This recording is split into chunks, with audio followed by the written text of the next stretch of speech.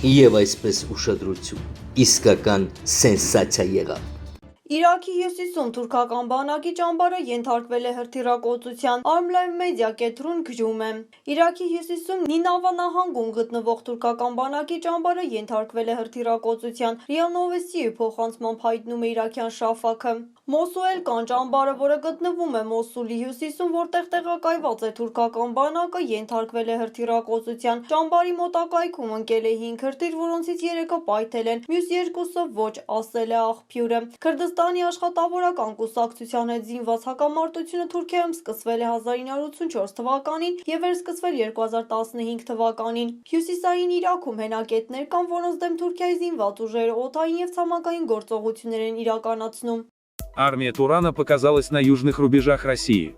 Маневры Турции и Азербайджана с участием третьих стран, возможно, станут постоянными. В Баку 21 сентября завершились учения спецназа Азербайджана, Пакистана и Турции «Три брата-2021». В этот же день в Нахичеване стартовали азербайджано-турецкие маневры «Непоколебимое братство-2021». Ранее в Лачинском коридоре на глазах российских миротворцев прошло тактическое учение спецназа двух стран. На этом фоне 10 сентября Азербайджан ввел дорожный налог для иранских фур, следующих в Нагорный Карабах. Согласно советским картам, 2 участка армянской дороги Горис-Капан принадлежат Азербайджану, заявил посол Ирана в Армении Аббас Бадахшан Захури. Однако была достигнута договоренность о беспрепятственном проезде транспорта до начала делимитации. Теперь, на этих участках дороги Горис-Капан азербайджанская полиция и пограничники уже несколько дней останавливают водителей, перевозящих иранские товары. Азербайджан взимает дорожный налог за каждый въезд-выезд иностранных транспортных средств. Иранская сторона, в том числе посольство, прилагает усилия для скорейшего решения этого вопроса. Мол, посты на дороге в Нагорный Карабах введены для того, чтобы если Армения не согласится предоставить Азербайджану Зангезурский коридор, Азербайджан взял под контроль Лачинский коридор, и тогда уже посмотрим, как в Ереване запоют. Подобные сообщения публикуются в турецких соцсетях и СМИ, но пока этим больше озабочены иранцы.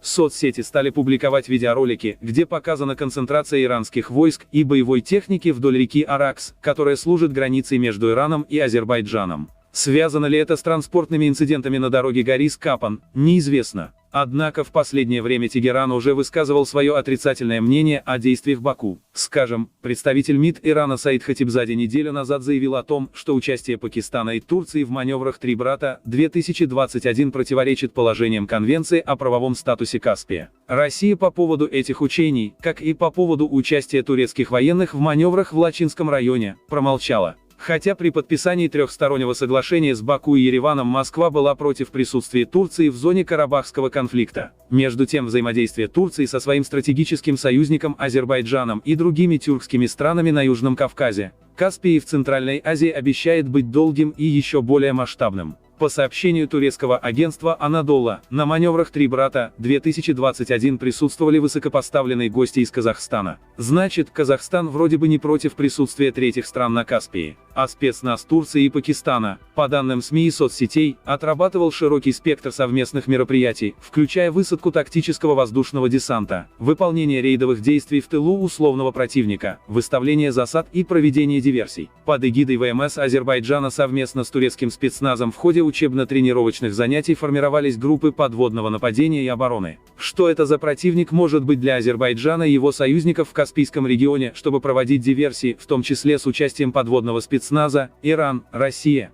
Задается вопросом военный эксперт-полковник в отставке Владимир Попов. И тут, конечно, есть вопросы и к российскому руководству, почему не реагирует. Попов обращает внимание на то, что в октябре состоится саммит так называемого Тюркского совета, в который входят Турция, Азербайджан, Казахстан, Кыргызстан, Узбекистан. В состав этой организации будет принята Туркмения, а наблюдателем станет Украина. Украина вынашивает агрессивные планы в отношении России. А участие Туркмении в этой организации будет, видимо, способствовать еще большему укреплению позиций Турции на Каспии и в Центральной Азии. Это противоречит Конвенции по Каспию, где записано, что в регионе не должно быть военного присутствия третьих стран. И это явно противоречит интересам России, но на официальном уровне в Кремле на это почти не обращают внимания, отмечает эксперт. По его мнению, Турция в отношении России проводит наглую, лживую политику, направленную на реализацию идеи Великого Турана. И я не удивлюсь, что когда-нибудь под эгидой Турции появится Великая армия Турана. о чем сейчас так много говорят политики и эксперты. Эта армия априори будет направлена против интересов России. И это уже сейчас происходит, предположил Попов. По его мнению, Турция, сблизившись с Азербайджаном, пытается противодействовать РФ на Южном Кавказе. Она поддерживает армию Украины, продавая ей современное наступательное оружие, беспилотники Байрактар, и строя для ее флота военные фрегаты. Она клеймит нас за Крым и официально пропагандирует в международном сообществе свое несогласие с проведенными там выборами в Госдуму. Боевые самолеты Турции в рамках проектов НАТО несут боевое дежурство на Балтике. В Сирии Турция оккупировала часть территории и не выполняет договоренности с Москвой о нейтрализации боевиков, воюющих против режима Башара Асада. Она посылала исламских радикалов из Сирии на войну в Нагорном Карабахе. И в этих условиях Анкара готовит визит президента Реджепа Таyyипа Эрдогана в Москву, а Кремль заявляет, что готов с ним встретиться. Дружить с Анкарой, конечно, лучше, чем ссориться. Но почему при этом так слабо отстаиваются интересы России, непонятно, недоумевает Попов. США отработали скрытный удар по российской Арктике и Сибири десятками крылатых ракет «Джасма». США отработали скрытное нанесение ударов по России крылатыми ракетами АГМ-158B «Джасма». Во время проведения военных учений Соединенные Штаты Америки отработали скрытное нанесение ударов по российской территории крылатыми ракетами АГМ-158B «Джасма». Скрытности ударов удалось добиться благодаря тому, что пуски ракет осуществлялись не боевыми самолетами, а специально разработанными версиями транспортных летательных аппаратов, которые способны производить массовый пуск крылатых ракет большой дальности. Особую опасность для России ракеты АГМ-158B «Джасма» представляют по причине того, что из-за своей дальности они вполне могут достигнуть российской территории в Арктике и даже Сибири. Известно о том, что самолет-носитель производит сброс специального контейнера с ракетами, которые впоследствии выпускаются по требующимся целям. Фактически, это дает возможность США скрытно атаковать практически любые цели при минимальной угрозе для самолета. Программа Rapid Dragon основана на использовании существующих самолетов в качестве грузовиков с оружием. Это, в свою очередь, предназначено для того, чтобы предложить способ увеличения количества доступных средств противостояния. Этот способ может оказаться полезным, если Соединенные Штаты окажутся в состоянии войны, например, с Китаем или Россией, сообщает издание The Drive. На данный момент имеются сведения о том, что США планируют экспортировать сами ракеты АГМ-158B «Джасма» и самолеты-носители, что должно, как утверждается, создать очень серьезные проблемы для России. Маневры огромного транспортного самолета между небоскребами напугали американцев.